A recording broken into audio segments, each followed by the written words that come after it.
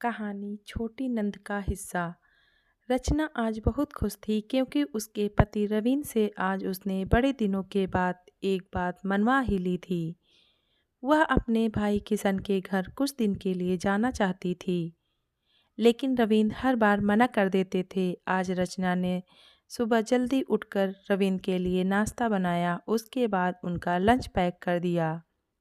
Office जाने से पहले रवीन ने रचना से बात की। रवीन, रचना एक बार फिर से सोच लो, क्या वहाँ जाकर रहना सही रहेगा?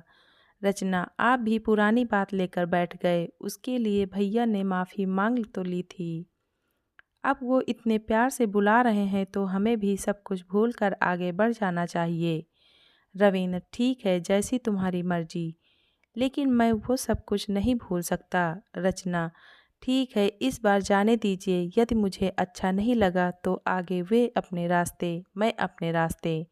रविंद्र ऑफिस के लिए निकल जाते हैं। रचना अपने कपड़े पैक करके टैक्सी का इंतज़ार करने लगती है। रचना अपने भाई किशन के घर पहुंच जाती है। वहां पहुंचते ही उसने रविंद्र को फ़ोन पर सकुशल पहुंचने की सूचना दी।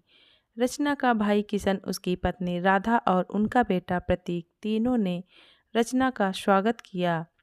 किशन, दीदी कब से आपको फ़ोन कर रहा था। आपने भी कितना समय लगा दिया आने में। क्या आपने अभी तक मुझे माफ़ नहीं किया? रचना, नहीं भाई, बस घर का काम ही खत्म नहीं होता।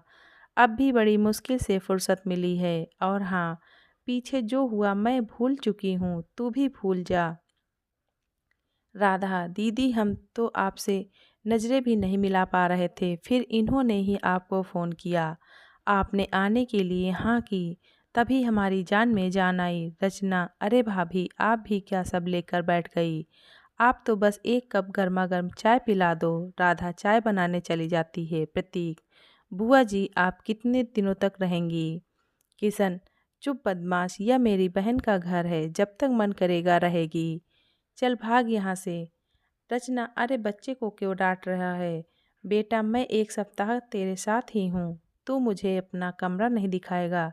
रचना प्रतीक को लेकर उसके कमरे में चली जाती है। कुछ देर बाद राधा चाय बनाकर लाती है। राधा, आप दीदी से कैसे बात करेंगे? मुझे तो डर लग रहा है, कहीं मना कर दिया तो क्या होगा? किशन, तू चुप रहे, मैं कोई रास्ता निकाल लूँगा। बस अभी इस बारे में दीदी से बात मत करना। इधर रविंद्र ऑफिस पहुंचे तो उनके दोस्त अमर ने पूछा, अमर क्या बात है यार, इतना उदास क्यों है? रविंद्र, यार क्या बताऊं, रचना अपने भाई के घर गई है, तुझे तो पता है। यह वही भाई है जो अपनी शादी में दहेज में कार मांग रहा था। मैंने इसे समझाया तो इसने कहा मेरी हैसियत और तुम्हारी हैसियत में कितना फ़र्क है। यह कार मेरी हैसियत के आगे कुछ भी नहीं है। तुम मुझे मत समझाओ, वो तो पिताजी ने तुम्हें पसंद कर लिया, वरना तुमसे कहीं ज़्यादा पैसे वाला लड़का मैं अपनी बहन के लिए देखता। सभी मेहमानों के सामने उसने मेरी बेइज्जती की। मैं और रचना उसी समय शादी में से वापस आ गए। आज 3 साल बाद वह कई दिन रचना को फ़ोन कर माफ़ी मांग रहा था। रचना ने उसे माफ़ भी कर दिया। अमर, कोई बात नहीं, तू चिंता मत कर, शायद उसे अपनी गलती का एहसास हो गया होगा। रवीन, नहीं, यह ज़रूर उसकी कोई चाल होगी। बिना मतलब वह किसी से बात भी नहीं करता। इधर अगले दिन किशन ने रचना से बात की।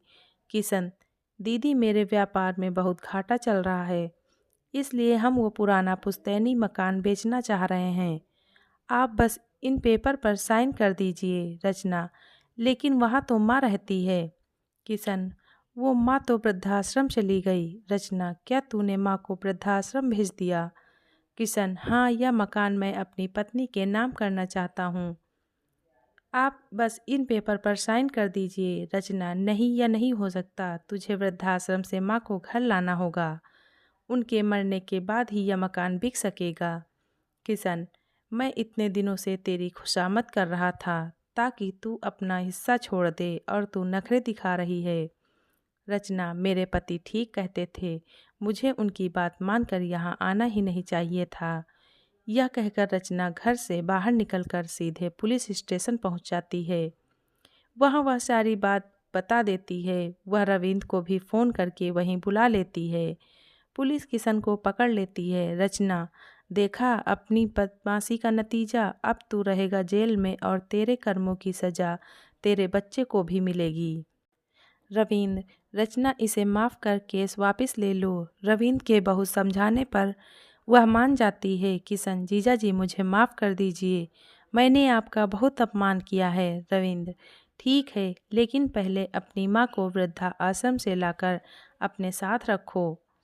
इसके बाद सभी जाकर माँ को ले आते हैं और खुशी खुशी रहने लगते हैं। धन्यवाद।